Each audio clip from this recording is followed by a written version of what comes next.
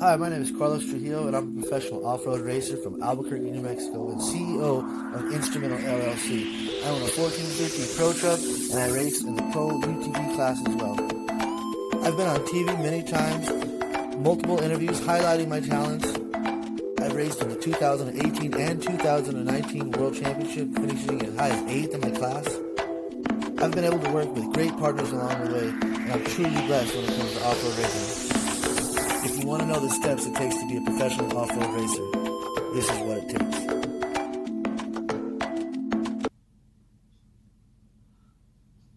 Hi, welcome back to another episode of Racing Secrets. I'm your host, Carlos Trujillo. Today we're going to be talking about forming your pit support. These are the people that you have to trust with your lives. So you have to make sure that these are the people that you want to have around you. Just to keep it simple and plain. It's a team sport, and you can't do it without them. You need people that are experts at what they do, or the best people that you can find around you at the time. There's certain things to look for. There's guidelines that you need to abide by yourself, and for the sponsors, for the rules of the track, for the league, for all of that. You have to find the right people. You can't just find anybody old person out there that says they can weld. Any old person that says they're a mechanic. Anyway, I'm going to dive into it. It's a very important topic, and I want you guys to know that this is something that it took me a while to get the right people around, and I give all the credit in the world to my team, because without them I'm nothing. I wouldn't even be at the track. I wouldn't even be a part of racing the way racing is. You have to have a team that you really trust with your life and your career. But anyway, diving right on into it. I like to have a certain standard. I have rules by my team that you have to adhere by. I want everyone on my team to have a standard of excellence. I want people to have, a positive attitude. I don't want a bunch of negative people around me. I want people with a can-do attitude that can really just dive on in and get the job done. I really enjoy people that are easy to talk to and listen well, and then also explain themselves well as also, so that way you're not having to, question them over something's really simple, because, you can have certain relationships with friends, and, then you have other ones with work people, but it's kind of a mesh of working and friendship. You're out there living the dream. It's something that you guys, can have memories with, but you have to be, careful. It's a safe environment, but at the same time, it can be really dangerous if you're not taking it seriously. So diving into that, backwards from, I was kind of leading up to safety. It's really, you don't want a bunch of foolish people out there. You don't want a bunch of, you want to go outside, dude? You don't want a bunch of foolish people out there with you. You don't want to be that team that caught on fire, or that team that did something really foolish in the pits, on TV, in front of everybody. You will go viral. It's just, we live in that day and age. And that's what you do not want to be known for. If you're planning on being a professional race car driver, safety is key. Really and truly, I can, from experience, see the difference between pros and amateurs. You go to an amateur race, the safety guidelines aren't that big a deal. You go to a professional race, and there's big money involved, there's big sponsors involved. People are going to get sued over negligence, and they will kick you off the track. Either your whole team, your entry fees, everything, all the money you spent for nothing. If you're drinking right there on race day, or if you're rolling tires out, or being careless with your tools in the middle of a hot track, or stuff like that. If you don't have your safety apron on, or if you don't have your fire suit on, and somebody's trying to put fuel in your truck, that's it. They're gonna be all over you. You're not a professional at that point. If you're trying to race in the pros, they'll get on your butt. And so anyway, those are the rules, the guidelines. You need to make sure that your team knows, and there's a standard, and they have to take that seriously. And that's a part of it. The safety, the rules of the track itself, all of that all combined. Those are the standards of your team. and you have to set that by the owner. You know, you're the driver, you're the person that's in charge. You have to really, you know what you're talking about, and the people respect that. They respect the truth that you're just saying what you have to say, because that's the way it is. You can, find another race team to be on, or if it's someone that's not around racing, they will never find another race team. They have to. It's the way it goes. There's no in between for that.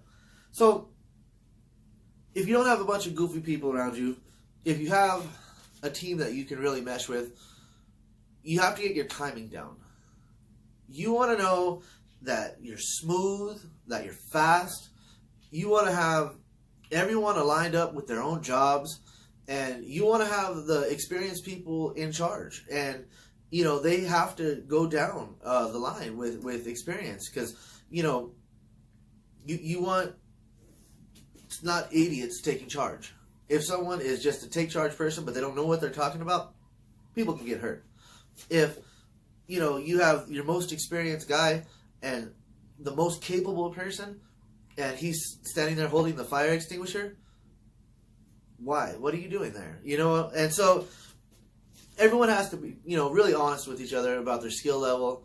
Everyone has to be able to be upfront about what they're capable of doing, what they're willing to do, and, is you're going to have somebody in the middle of a race chicken out from diving underneath a hot truck, and, and trying to fix it and work on it, and everyone's going to argue, and it takes an extra minute or 2 or 5 minutes, and you lost the race because of something like that. That's unacceptable in the pros. You wasted a lot of people's time, a lot of people's money, and it's completely unacceptable. And, there's certain things that I know that this is a lot of common knowledge for, regular racers that have been out there doing it. But there's a lot of people out there that they don't know this kind of stuff. I started from scratch. I didn't grow up around racing. I had some ties to racing, but then, when I was really young, I grew up my whole life. I was a regular guy. I was a restaurant manager. I worked construction. I did all the other jobs that were just normal jobs. And, I enjoyed doing it, but it wasn't what I was destined to do. And so when I finally got to be a part of all of this stuff, I got my foot in the door, but then I had to learn from scratch about pit support, about how important it is to have a team, and there's just things that you guys need to know about all this stuff. And, moving on, with, everyone knowing their jobs, the fuel stops, those are the, some of the most dangerous times. If you have fuel flying all over the place, if you don't have the right people, the experienced people on the radios talking to the drivers, so that way there's not people like underneath the truck or on the vehicle or gas still being put in it, and the driver wants to take off because everyone's saying go, go, go, we're done, but the radio communication isn't right, because you have to have people in charge of this. It's really important. And you have to have alternating people that are in charge of it as well, because if one person can't make the race, then you have to make sure that you have backup, plans and backup plans and backup plans. And, that has a lot to do with training, and, you practice and you practice and you practice, and you don't get a lot of fuel stops practicing, because you only get to go training so many times, you only get to run the car so many times, and you get most of your practice in racing. But that's just the way it goes. You have to have the right timing of who's bringing the jack in at the same time as who's bringing in the fuel, and them not running into each other, especially when there's big tires being changed that are 40 inches tall, and, you're crossing those in and out too as well. One of those tires lands on your ankle, you're going to remember that. you're going to know what not to do next time, And, so that being said, having the crew chief being really good, or if not the crew chief, someone that's assigned the equipment manager. There's got to be a couple of people that really know all of the tools, all of the parts, where everything goes. They have to be really, really organized. And that trickles down from the top. That has a lot to do with how organized the team is as a whole. And if you have people that are helping out the other people, that are teaching everyone. Everyone's eventually going to know what goes where. They're just going to be more organized as a whole team, and I believe in that. I really honestly do. You have totes, you have them labeled, you have your trailer packed right, you have your chase truck packed right, and you're pretty much set. It's an easier race at that point. It's everything you need to do, and then you might not wind up using any of it because you wind up running a good race. Just ironically, that's the way it goes, and so separating all that. That's what separates the pros. That's what separates the amateurs. You can see how organized they are. You can see how they're ready for anything. The sponsors see that as well, and that's what separates the confidence in being a racer. If they see that you're confident in your timing, you're confident in your presentation with how your team presents themselves, how everything, how you show up and your pit support is right where they're supposed to be, they notice that. They notice that you're not a one-man band and you're actually able to manage all these people, be a good time manager, really be good with money management, with all of it. And having your pit support is just one more example of you being able to handle what they want from you, And, choosing teammates, for me, I choose from the heart. I listen to my gut. I listen to my heart. I've gone through it. I've had examples of people coming and, taking over my pits and not taking it seriously. And, it's always sketchy water because you're trying to help people and you want them to be a part of it. And even other teams that they come in with their own car and they want to just come and turn it into, they're drinking beer in the pits and they want to show up at 4 o'clock in the morning, do that kind of stuff. And it just, if you're there to win a championship, there's a big difference between just being there for the experience or actually you've been planning it and planning it and planning it, and then years of planning on top of preparation with, the pit support, with everything. It just shows. That's the difference between the pros and the amateurs. that's you'll see that. The farther you get, you'll see that. And pros are a little bit safer. That's the truth. Pros take it a little more seriously. So I'm proud that my teammates are an extension of me. I'm really proud that I get to call them my teammates. They stand with so much integrity. They have a work ethic that, it blows me away. And, I'm really humbled because I was able to really have the right team just fall on my lap. And, it took me years of paying my dues.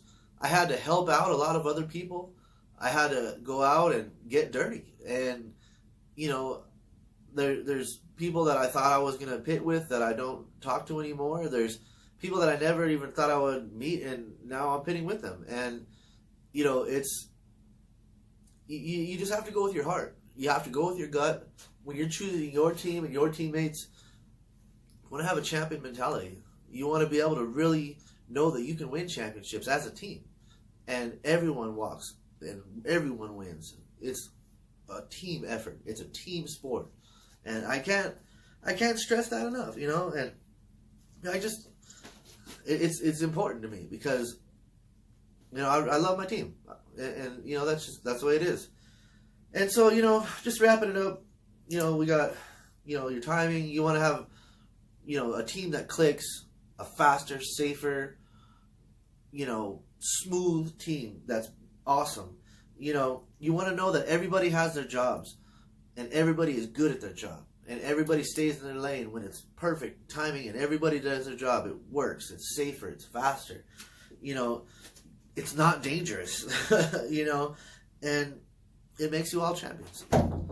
And, that being said, this is a team sport, and I get really passionate. I get really emotional, and I love what I do. And you have to have that drive, and your team has to have that drive. And when you show up, you know that it's time to go to work, and it's your job. So if you guys can help me out, I got a lot more things to talk about. This is just the tip of the iceberg. And if you guys have any questions, whatever, hit the comments, like, subscribe, the notifications to keep up with what we got going on. We're going to build this page. We're just starting from scratch. Just like we did with off-road racing, I started from scratch. I went out there, I slept in my truck. And I met the right people, moved on, I moved forward, and 7-8 years down the road, here we are. And I'm living the dream with the future looking brighter than ever. Having my own team, multiple cars, sponsors and potential sponsors, everything. And I give it all to God, like I've said before. And if you want to be successful like me, if you want to learn from me, this is what it takes. My style. My style. My style. My style. My style.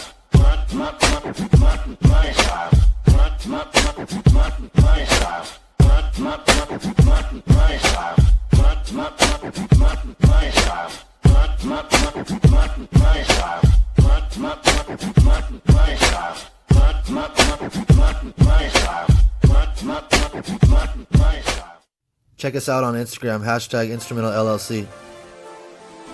If your company needs any testing or feedback for your product or advertising, contact Instrumental LLC. And thank you for your time for watching this video. I hope you enjoyed.